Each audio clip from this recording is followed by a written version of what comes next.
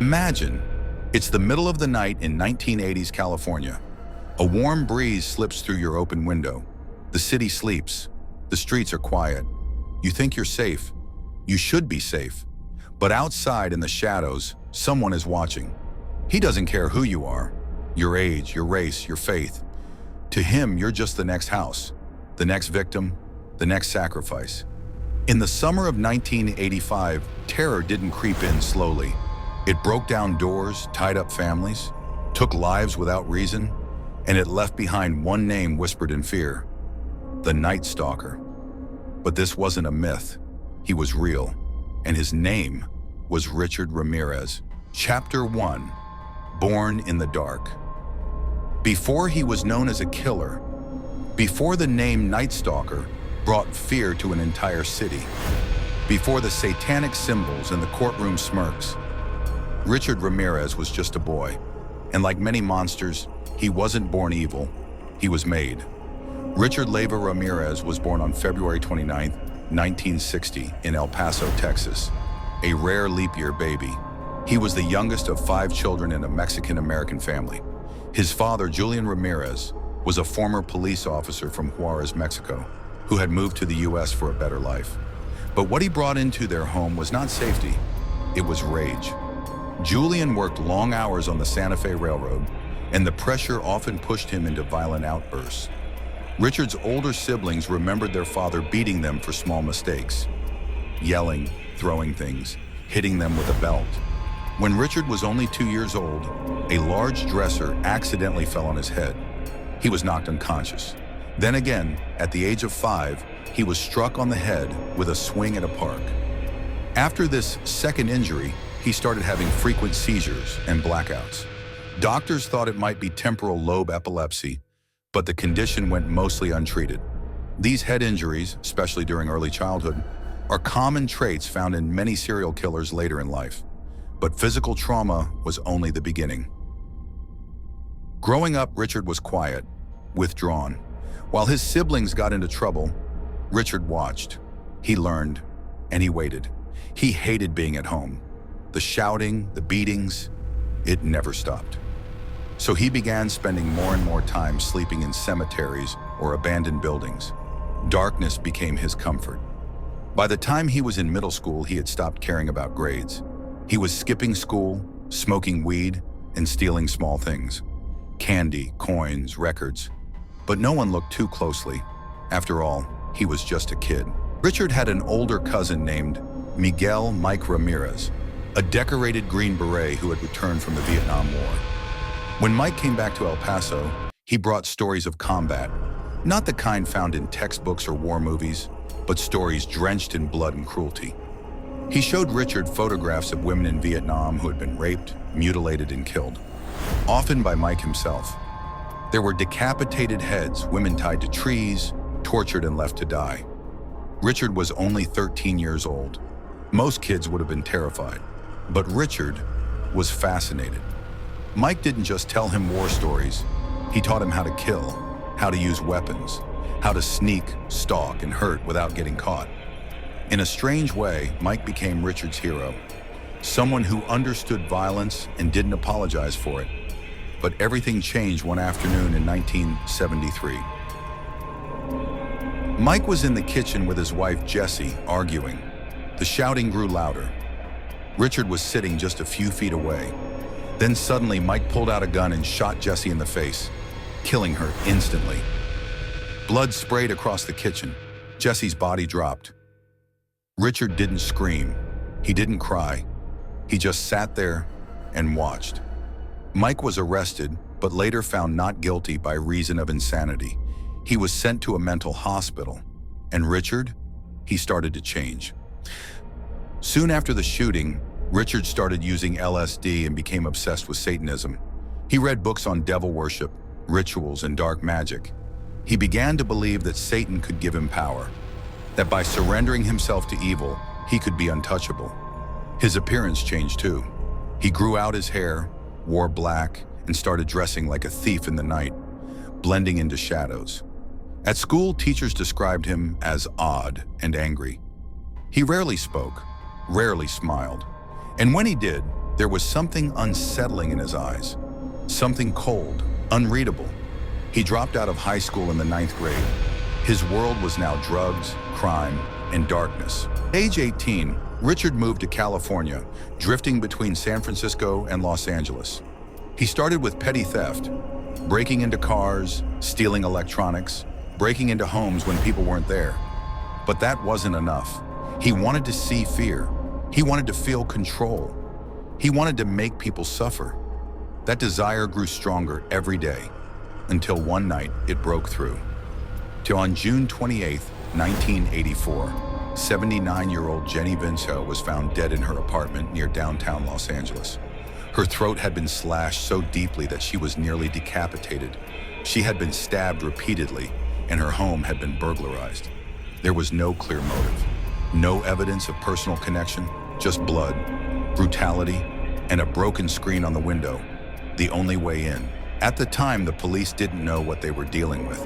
It looked like a robbery gone wrong, but it wasn't. It was practice.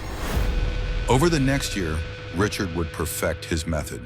He stalked homes at night, entering through unlocked windows or sliding glass doors. He killed randomly: old women, young men, couples, children. There was no clear pattern, no racial bias, no preferred method. Sometimes he used a gun, other times a knife, a tire iron, or even his bare hands. He would rape, beat, torture, murder, often all in one night. Then he would disappear, leaving behind pentagrams, strange symbols, and terrified survivors. By the time the media caught on, it was already too late. A killer had invaded the city. He didn't knock, he didn't speak, he didn't feel, and they would soon call him the Night Stalker. Chapter 2: A Taste for Evil. After the murder of Jenny Vinco, Richard Ramirez vanished into the night. There was no evidence pointing to him, no witnesses, just a city with one more death. Brutal, senseless, and terrifying. But Richard had crossed a line. He had taken life and found that he liked it. He liked the fear. He liked the power. He liked the silence that came after screams. Over the next few months, he committed more burglaries. He stole guns, knives, jewelry, and cash. But he wasn't just robbing homes anymore. He was studying them. He watched how people locked their windows. He looked at the way lights were left on at night. He timed routines: who left for work, who lived alone, who kept the door open just a little too long. And with every break-in, he became more confident. Ramirez also began experimenting. He started forcing women to undress. He would tie them up, rape them, then either leave them alive or kill them. There was no logic, no pattern, just chaos. And in that chaos, Richard Ramirez felt like a god. In March 1985, nearly a year after his first known murder, Ramirez returned with full force. On March 17th, he attacked Maria Hernandez in Rosemead. She was coming home from work, parking her car in the garage. Ramirez stepped out of the shadows, raised his gun, and fired. The bullet hit her keys, saving her life. She ran inside. But inside the house was Dale Okazaki, Maria's roommate. She didn't have time to react. Ramirez found her and shot her in the forehead. Then, just an hour later, Ramirez drove to Monterey Park and found another victim, Silean Veronica Yu. He pulled her out of her car and shot her twice in the chest. 2 murders and 1 attempted in a single night. The police knew they had something dangerous on their hands, but no one had seen his face clearly. Not yet. Then came March 27, 1985. Ramirez entered the home of Vincent and Maxine Zazzara in Whittier, California. Vincent was shot in his sleep. Maxine was not so lucky. Richard tied her up, beat her, and demanded to know where the valuables were. But Maxine got free. She reached under the bed and pulled out a shotgun. It wasn't loaded. Enraged, Ramirez stabbed her repeatedly. Then, using a knife from the kitchen, he gouged out her eyes and placed them in a jewelry box. When police arrived, they found symbols on the wall, a clear sign. This wasn't just murder, it was ritual. The city erupted in fear, and for the first time, they had a name for the killer, the Night Stalker. Chapter 3. Fear grips Los Angeles. By April 1985, the Night Stalker had become the stuff of nightmares.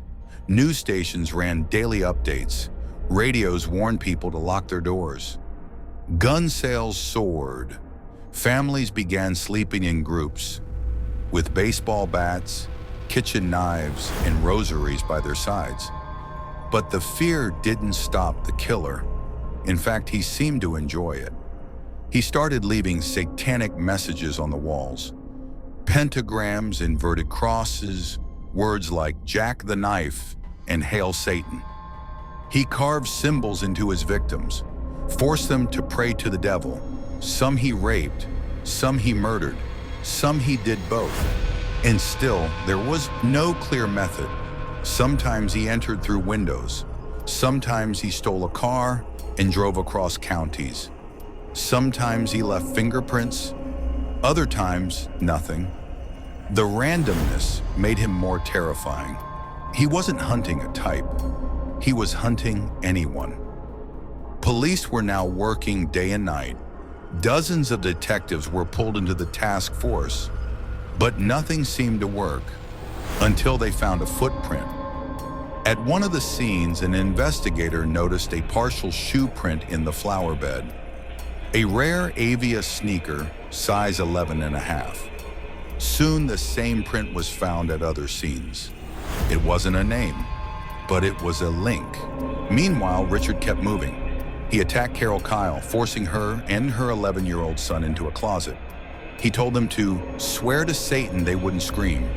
He murdered Peter Pan and assaulted his wife, leaving her alive, not out of mercy, but to spread fear. He attacked Joyce Nelson, 60, and beat her to death. By July, the Night Stalker had become national news. His crimes were being linked. Shoe prints matched. A few survivors had offered partial descriptions. And in San Francisco, after the murder of Peter and Barbara Pan, Ramirez left a crucial clue: a fingerprint on a car mirror. Finally, investigators had something solid, but time was running out because the Night Stalker wasn't slowing down. He was escalating. Chapter 4. The Devil's Trail. He was no longer just breaking in. He was taunting victims, daring the police.